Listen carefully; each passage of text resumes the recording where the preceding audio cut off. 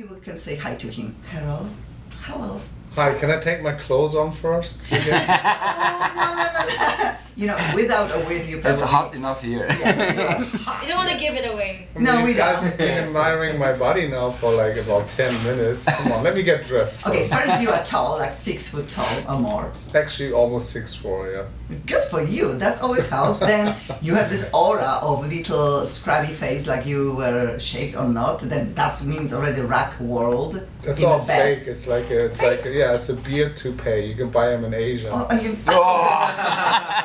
now we know you're funny, which is great. This is like what else you cannot do. Damn, I actually thought we were here today to talk about my DJ career, which I just started. You know, in a cute way. I also, of course, found out that you had like 1 or 2 gigs that are like really hot. Then Yeah, my you are second- transitioning to be a DJ. Yeah, because I miss being on stage and, you know, I want to be back out there, and I really get big headaches when I listen to other DJs, and Yeah. that's the main reason. That would be very interesting. And we'll see how hot you are.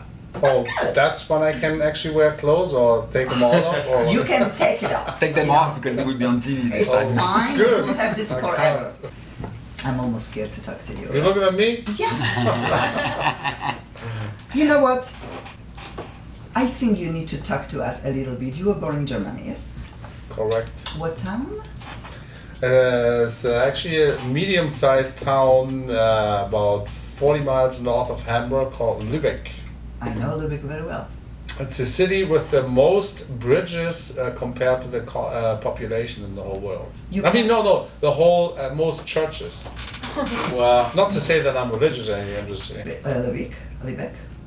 I was there for 1 month in one of the In clubs. Lübeck for 1 month? Yeah. Damn, I'm sorry for you. You see, what I remember churches, I remember beautiful town and the club. I don't remember the club that I was playing because it was like Amsterdam, probably. no, small underground, really cool, and I never. There's only one club that I can There remember. could be. Gosh. Anyway, I love this town. That is a beautiful town, and I have good memories. Yeah, I didn't stay there for very long though. Actually, I did study classical music down at the Yes. conservatory. I read your bio. I love what you wrote on your beautiful website. I didn't write anything. I don't even know how to write. Who did?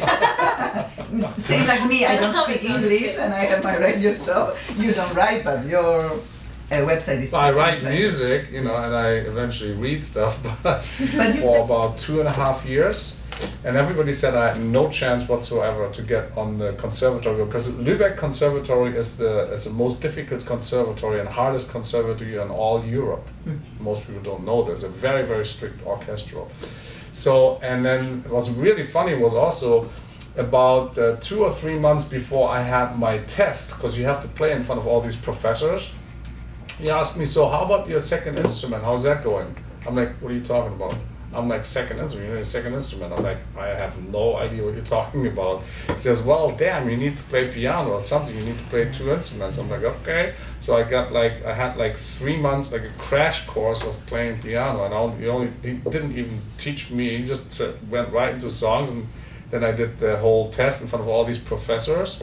And out of like 10 or 15 people, and most of them played for like their entire life, I was the first they actually chose, not because I was so musically educated, which I wasn't, but because I was physically and mentally and emotionally the most talented. And But mine tried me to stop, you know, it was the opposite. It was a cleaning lady that was battling with me. remember, we have very things in common. Bobby, how many years you were studying? Me? Yes. Oh, for about 4.5, but most of the time I was stoned, so I don't remember much. I remember everything, but I was studying also 4.5 years. The same system. What I'm saying, then we need to talk about this also. Yeah, that's actually one thing that came in very handy. I mean, of course I wasn't always stoned, but I did used to smoke a lot of weed back then, which Yes, okay, I should have Bill Maher and Woody Harrelson sitting next to me. I don't do it anymore. But back in the days, I know I stopped like a long time ago. But back in the days, it would really help me to be creative, and I think it did. Romantic. No, and I you're remember. right. I remember one time we did an interview with Steven Tyler with Aerosmith in Canada for like MTV, and the whole time he was like drawing like weird kind of like acidy like patterns on his pants with a pen.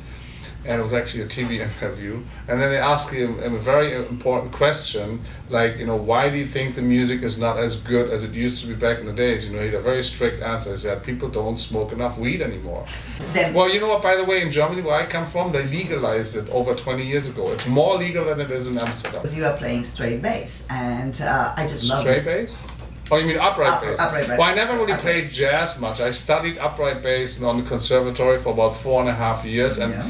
I actually was joking. I do remember quite a bit of stuff, and it comes in very handy for me now because when I do film scores, most of my movies, although people think, oh, you're the guy from the Scorpions, rock, blah blah blah blah blah blah, rock you like a hurricane or whatever, and it has nothing to do with that. When I do music, it's actually very orchestrated. Yes. Okay, I Yes. use up to like 300-400 instruments that I stack up, and it's literally like 90 minutes of orchestration. And so, all the things that I learned when I studied for those 4.5 years, they come in very handy now. I think I did over 42 movies now or something, right? That's amazing. And That's amazing. I just finished one with Annie Garcia and Sharon Stone, like a $50 million budget film. And yeah, you sit there, it's different than writing a song, believe me. So you cannot be, you have to be very focused, you have to be very conscious and clear-minded. And you literally sit there for like minimum 1 month up to 3 or 4 months, like every day, 8 to 10 hours, like composing like orchestral classical music. Absolutely. Did you were bass player for one of the hottest band in the world, Scorpions? How this came about? Well, actually, in the Scorpions, I actually did play upright bass quite a bit. Like one of the very first shows, I actually played upright bass because every time we played acoustic sets, I would play upright bass, which was quite unusual. Yeah. It's quite unusual for rock bands. How did it happen? Well, I actually moved here to LA in '88 before you guys were born. Yeah, that's so cute. And I came. What? Well, Not you were me. born. Okay. Babies. Well, Babies. I was doing really well in Germany, and I had my own studio there. I had my own band there called Beyond the Blind, which was way ahead of its time, everybody told us. It sounded like a mixture of Jim Morrison meets Pink Floyd meets, modern dance music, funk, like Earth, Wind and Fire or something, mixed with orchestrated elements. But it was about 10 years, and it had a singer like Jim Morrison, really deep voice, very spiritual lyrics. Guy was great, fantastic, still is a very, very amazingly poetic singer. And but that was a time when all the high voices like Bon Jovi, Aerosmith, and like Poison and all those bands had the big hits. Yeah. So every record company told us, hey, you know what, you're about 10 years ahead of your time. You should move to America or England or something. So I started asking everybody, hey, what's the biggest city in the world for music? That's where I want to go because I want to conquer, not because of money or fame, which is what people do these days most of the time. Yeah. My dream was actually to like reach the biggest, broadest audience possible. I wanted to be on a big stage. I wanted to be like, I wanted to have like the conversation with like the most people possible. So I was told Los Angeles, and I didn't even know the difference between New York. I thought Broadway was in LA, and I thought Hollywood was in New York. I was like that blue-eyed. So I, like within 1 week after someone told me that, okay, LA it is, I sold everything that I owned, and everybody thought I was completely nuts, which I probably was. And I said, you can't just move to LA. I said, watch me. Yeah. And I did. I sold everything. I had 2 suitcases. I had 2 basses left, like one fretless, one, both jazz basses, Fender jazz basses. Because I used to love Jaco, like that was my big, influence. And Jaco Pastorius it is. And so I came here in '88 by myself. I was supposed to be followed by my singer. We were supposed to start a new band here. He showed up about 9 months late, so I was here by myself. I got picked up by Jimmy Bain, who used to be the bass player for Ronnie James Dio. And also Black Sabbath back in the days. I talked to him once on the phone because he used to be friends with my singer Herman, who used to like sell cars from America back to Germany, vice versa, back and forward. And we explained each other. We said we were gonna wear a hat, which I'm still doing up to this day. I'm just kidding. So no. Anyways, so he picked me up, and then I stayed at his house in Woodland Hills for the first, I don't know, almost for the first year. The singer joined me later, about 9 months ago. We had our band here for like 3.5 years, and then the singer had a bad accident. He was hospitalized for 9 months, so I was here by myself. And I actually, believe it or not, was dating women that had to take care of me. So it was the other thing. I was a total gold digger back then. I'm not a gold digger. I just needed to survive somehow. So and then eventually, it's true story. And then eventually, I ended up marrying one of them. She talked me into it. Don't ask me how, but eventually she said, "Oh, then you're gonna get your green card." I said, "Okay, go." We did that in Vegas. Then I used to hang out with this guy, Edgar Patrick. He used to be the drummer for the band Bonfire, also a European band that was quite famous. They had a couple of hit songs.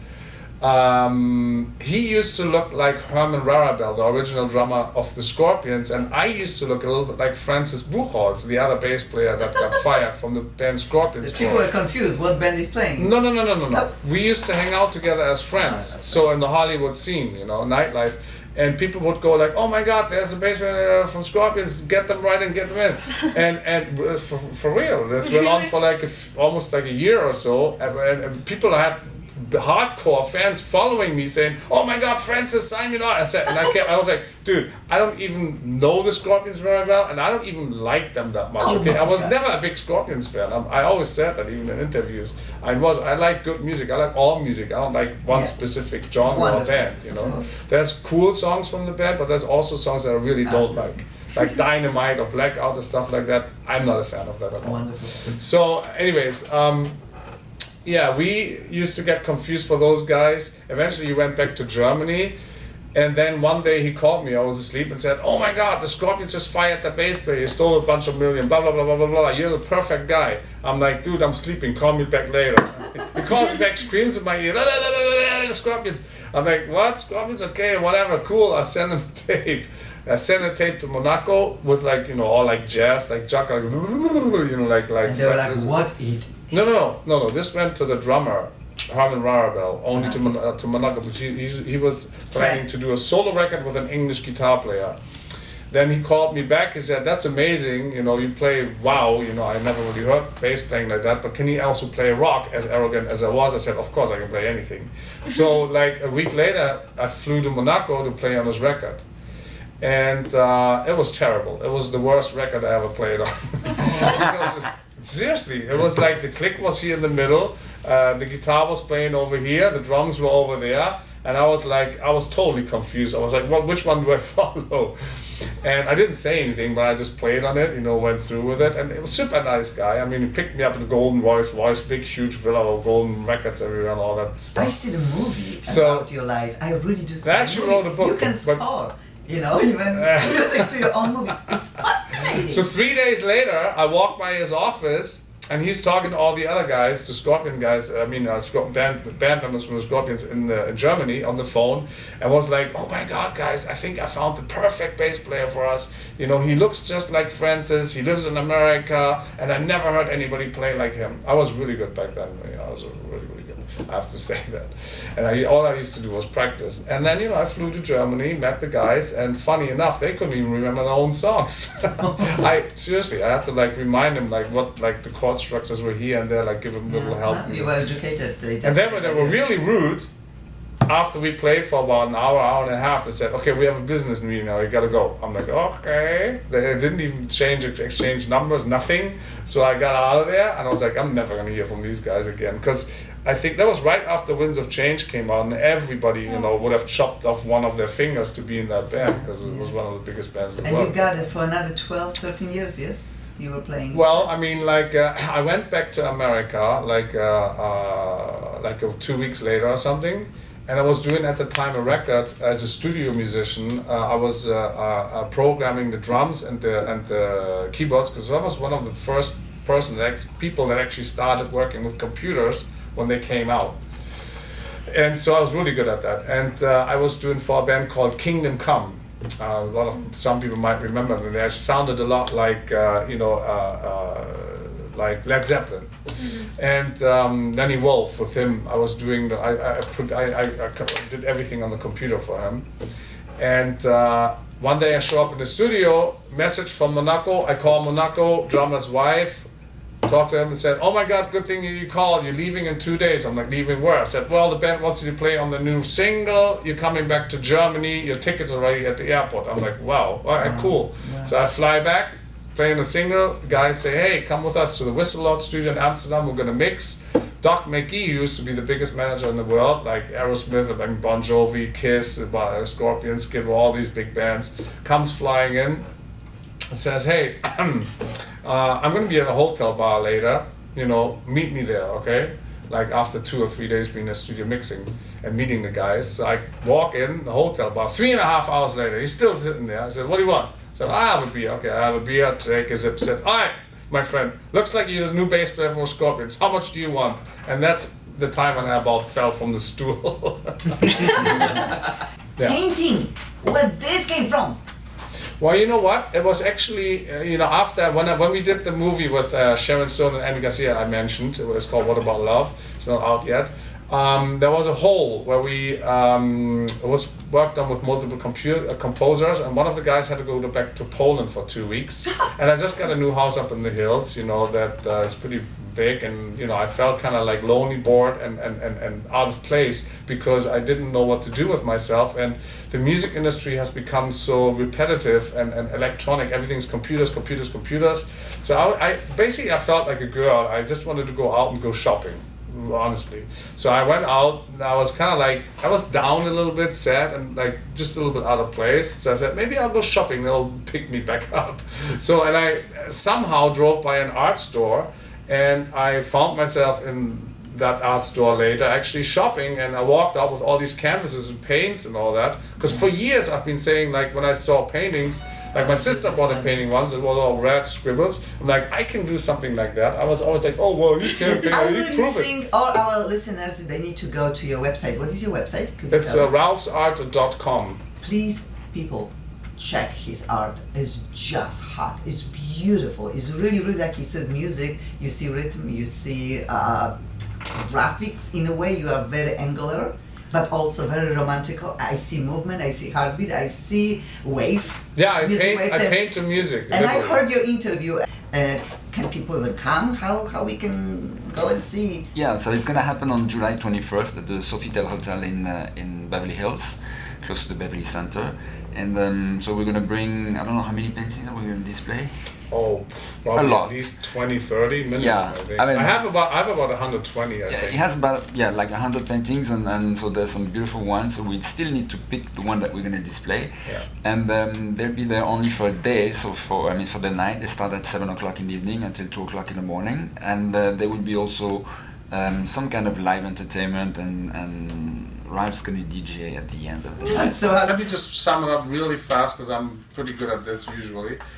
First, I studied with 8 when I started music. Then I studied classical music when I was about 18 for 4.5 years. Then I played in like top 40 bands for about 5-6 years in Germany. like always we do. Moved to Los Angeles. Like we always do. Did my own band. Woo. Then I joined the band Scorpions in '91. Then when our life really turns differently, because Then- you are very successful and I was not so. Then I did film music for about, I don't know how many years. My first movie I did about 96, Lancelot Guardian of Time. My last movie I just finished, whatever, a few months ago. Then I started painting, which is now my most important passion.